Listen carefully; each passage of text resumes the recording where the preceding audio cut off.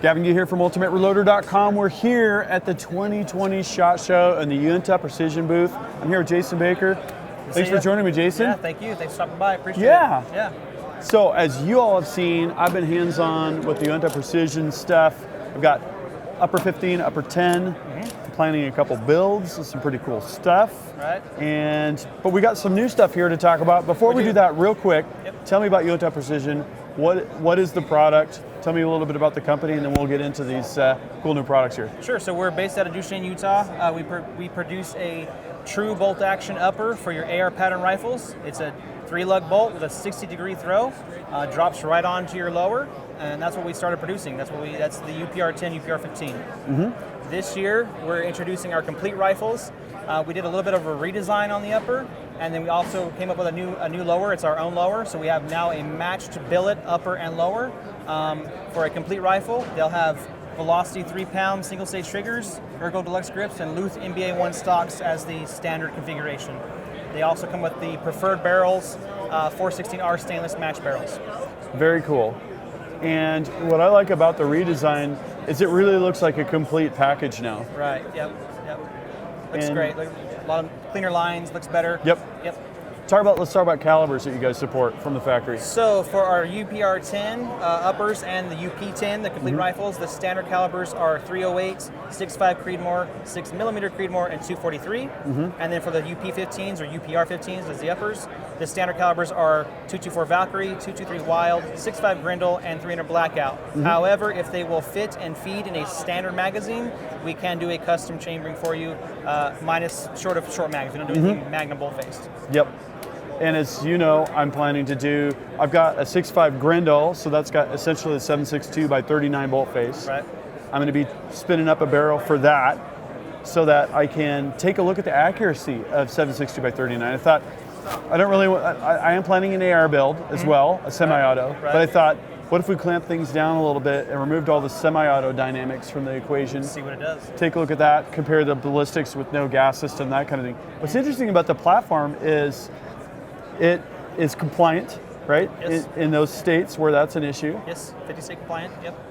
And it can be run without the buffer and spring or with the buffer and spring. That gives it a little bit of a different feel. Correct. It's totally shooter preference. Most of our customers are long range guys. They shoot long range, so they usually take the buffer and spring out because it's not necessary. But for our compliant states, like the guys in California, they tend to leave the spring and buffer in there because it's easier for them to swap from bolt to semi. Yeah. So, but it is really shooter preference. It doesn't affect function either way. So some guys, the bolt does extend into the buffer tube about an inch. So if you do have your buffer and spring in there, you will get some resistance, and then when you let go, it will kick it forward. Yep. But yeah, it's just shooter preference. Yeah. And another thing about the platform I think is worth noting is that for some of these cartridges like 224 Valkyrie, where if you're building a bolt gun like I did a Remington 700, there's all sorts of issues around, what action am I going to use? Right. A short action is still really long.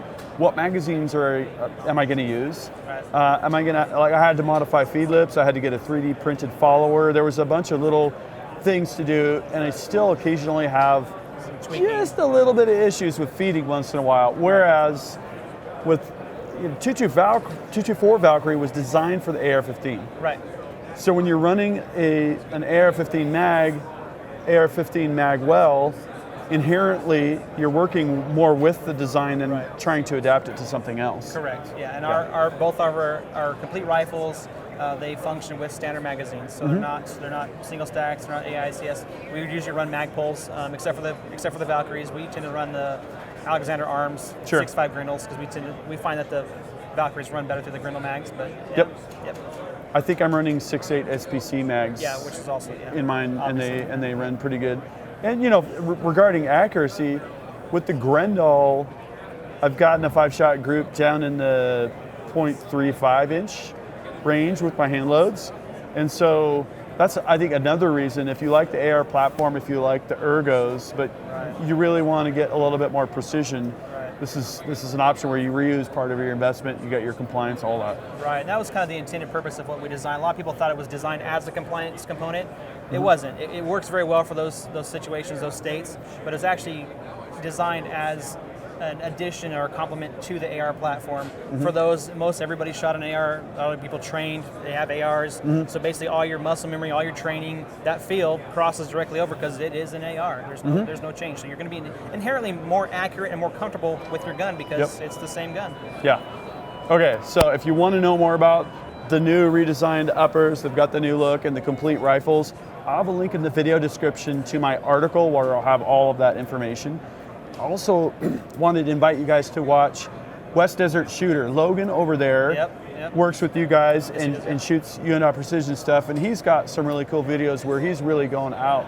Yeah. You know, that's why being in the desert is so good, right? Really stretch the legs on him, yeah. Logan's awesome. West Desert Shooter is awesome. Does great advertising for us. We really appreciate everything he does, and fantastic shooter. Man. He's good. So, subscribe to West Desert Shooter. For sure. Subscribe here with notifications because I've got more content coming up, and let us know what you think of this stuff. Drop a comment. Jason, thank you very much for joining me. Anytime. Until next time, happy shooting and happy reloading.